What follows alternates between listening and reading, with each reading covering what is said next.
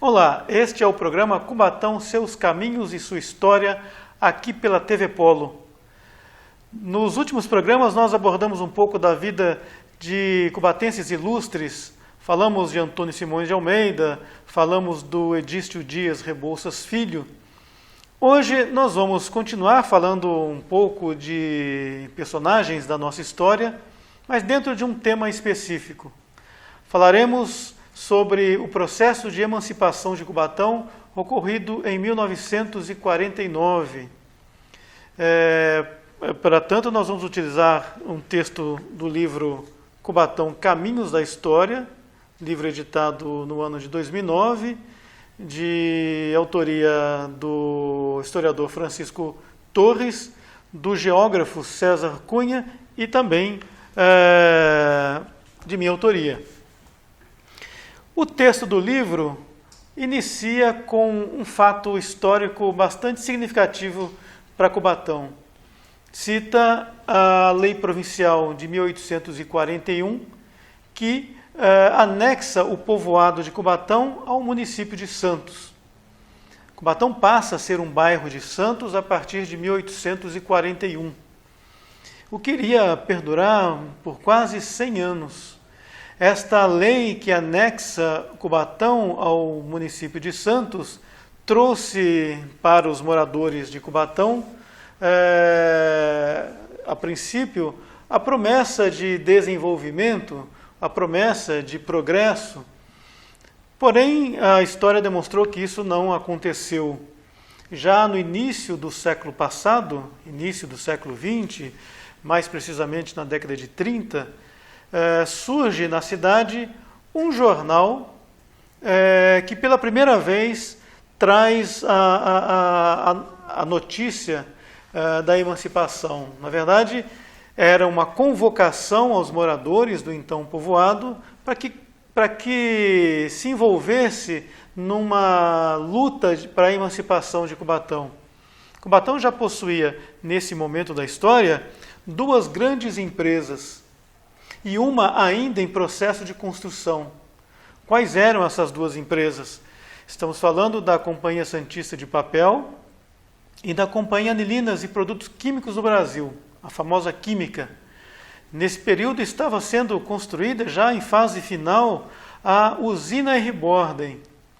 Os bananais eram uma realidade muito forte na cidade.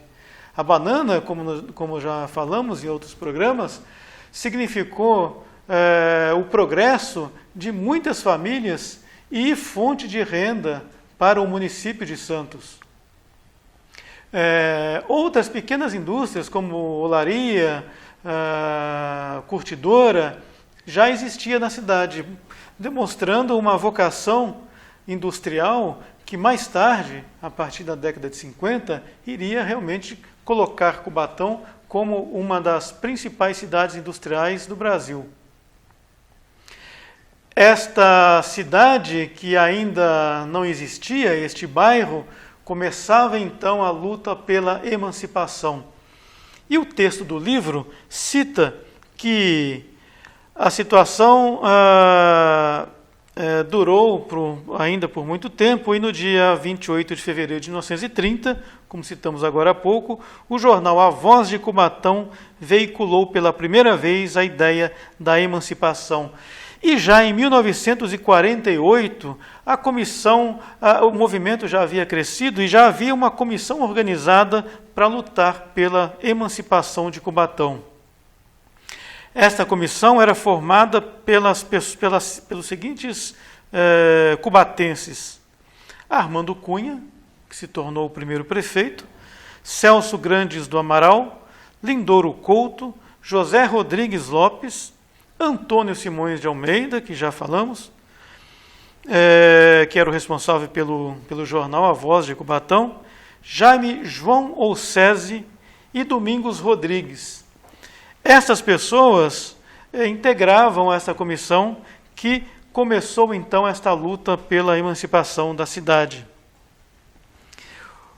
O apoio da população já era uma realidade. A maioria das pessoas que aqui moravam, e nós estamos falando de uma população de cerca de 6.500 pessoas, isso em meados da década de 40, se envolveram nesse processo de luta pela emancipação da cidade, e nesse período realiza-se então o famoso plebiscito. O plebiscito, ou seja, a consulta pública para saber se Cubatão deveria ou não deveria ser emancipada. O apoio da população foi maciço. A maioria das pessoas que aqui moravam, cerca de 6.500 pessoas, se envolveram nesse processo de luta. Vale lembrar que cerca de 16% da população, na época, estava apta a votar dentro daquelas das regras da época, que vinculava muito as posses, o sexo, inclusive, mulheres não votavam nesse período. E do resultado deste plebiscito, nós verificamos o seguinte: 1.017 pessoas votaram pelo sim, ou seja, a favor do desmembramento, 82 pessoas votaram não, ou seja, contra o desmembramento, e apenas um voto em branco. Ficava, portanto, evidente que a população de Cubatão estava, sim, interessada pela emancipação, por se desmembrar do município de Santos. É lógico que só o plebiscito, por si só, não conferia a emancipação da cidade.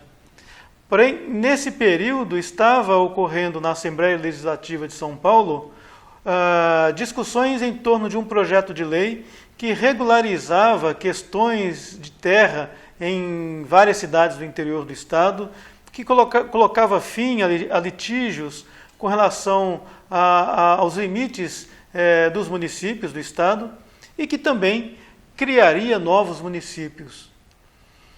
Esta comissão, que nós citamos agora há pouco, de moradores, procuraram o então deputado Lincoln Feliciano, um deputado que possuía grande influência na região. Seu irmão havia sido prefeito do município de Santos, e foi esse deputado que levantou a bandeira para que Cubatão fosse desmembrado do município de Santos. E no dia 24 de dezembro de 1948, por meio da Lei 233, Cubatão era então emancipada do município santista. A lei dizia que, a partir do dia 1º de janeiro de 1949, Cubatão seria uma cidade emancipada, assim como outros municípios no interior do estado. Nós vamos encerrar aqui a primeira parte do programa, e na segunda parte nós vamos falar um pouquinho mais sobre como que se deu esta emancipação. Até já. Como que se deu esta emancipação. Até já. Como que se deu esta emancipação. Até já. Como que se deu esta emancipação. Até já. Lá estamos de volta com o programa Cubatão, Seus Caminhos e Sua História, aqui pela TV Polo. Hoje falando sobre o processo de emancipação de Cubatão ocorrido em 1948. Citamos agora há pouco que a Lei 233, de 24 de dezembro de 1948, dizia que Cubatão estaria emancipado a partir do dia 1º de janeiro de 1949. E o que acontece então no dia 1º de janeiro de 1949, quando os cubatenses acordaram numa cidade emancipada, num município totalmente independente do município vizinho? Na verdade, não mudou muita coisa, porque até então não possuía um prefeito, não possuía uma Câmara de Vereadores. Porém, desde a emancipação, ocorrida no mês anterior, movimentos políticos já aconteciam na cidade. E a eleição foi marcada para o dia 17 de março de 1949, onde os cubatenses aptos a votar escolheriam os seus representantes. E assim acontece. O texto do livro afirma que a eleição foi bastante disputada e o resultado foi o seguinte: o candidato Armando Cunha venceu as eleições com 411 votos, seguido do candidato Domingos Rodrigues Ferreira com 337 votos, Clóvis Henriques de Campos com 143 votos, Antônio Simões de Almeida, que nós já falamos bastante, com 45 votos, e Alcides Pires Fleury com 5 votos. Desta eleição, ocorrida pouco mais de 2 meses da lei que emancipou a cidade, nós tiramos algumas lições. Nós percebemos que havia uma polarização de votos entre o Armando Cunha, representante de uma das principais famílias que viviam em Cubatão, produtores de banana, família de muita influência na cidade, e o do Domingos Ferreira, que havia sido o último subprefeito de Cubatão. A popularidade do Domingos Ferreira se dava porque, embora de Santos, ele conseguiu realizar muitas obras com recursos próprios, com a ajuda de conhecidos, de amigos, e foi, de fato, um herói na interpretação que se dava à época. A diferença de votos foi bastante pequena, de apenas 84 votos, ou melhor, de apenas 74 votos, e demonstrou, portanto, a força da classe política então nascente na cidade. Antônio Simões de Almeida, ele aborda num dos seus artigos, dos jornais da época, algumas datas ocorridas então nesse processo de emancipação. Ele coloca então que no dia 13 de janeiro de 1940 era fundado na cidade o Centro dos Filhos e Amigos de Cubatão, o qual estabelecia como principal objetivo a criação do município.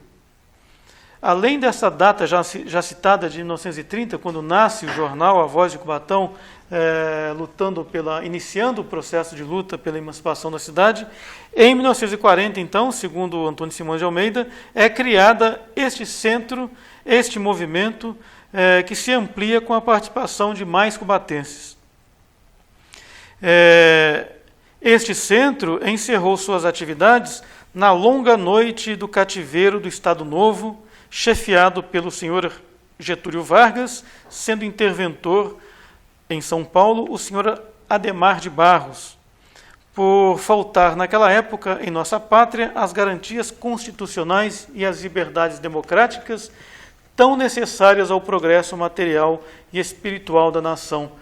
Antônio Simões de Almeida faz aqui uma dura crítica ao governo da época, ao governo federal da época, que, na avaliação dele, agiu com autoritarismo ao proibir esta manifestação popular que lutava, então, pela emancipação da cidade. Ele cita também que, no dia 27 de junho de 1945, o jornal A Tribuna de Santos publicava o manifesto em favor da emancipação da cidade. Citava o Comitê Democrático Popular, no qual se lia: criação do município de Cubatão para a melhor solução de nossas necessidades. E aí ele continua a história citando a lei de 1948 e o processo de emancipação da cidade. Cita também que no dia 17 de outubro de 1948 é realizado o plebiscito, em seguida a eleição, e a posse do prefeito e a instalação da Câmara no dia 9 de abril de 1949, que é a data em que nós comemoramos o aniversário da cidade. 9 de abril de 1949, portanto, é a data em que toma posse o prefeito e começa então os trabalhos dos vereadores. Ou seja, a cidade estava 100% emancipada, porque a partir daquele momento existia então a figura do prefeito e a figura dos vereadores.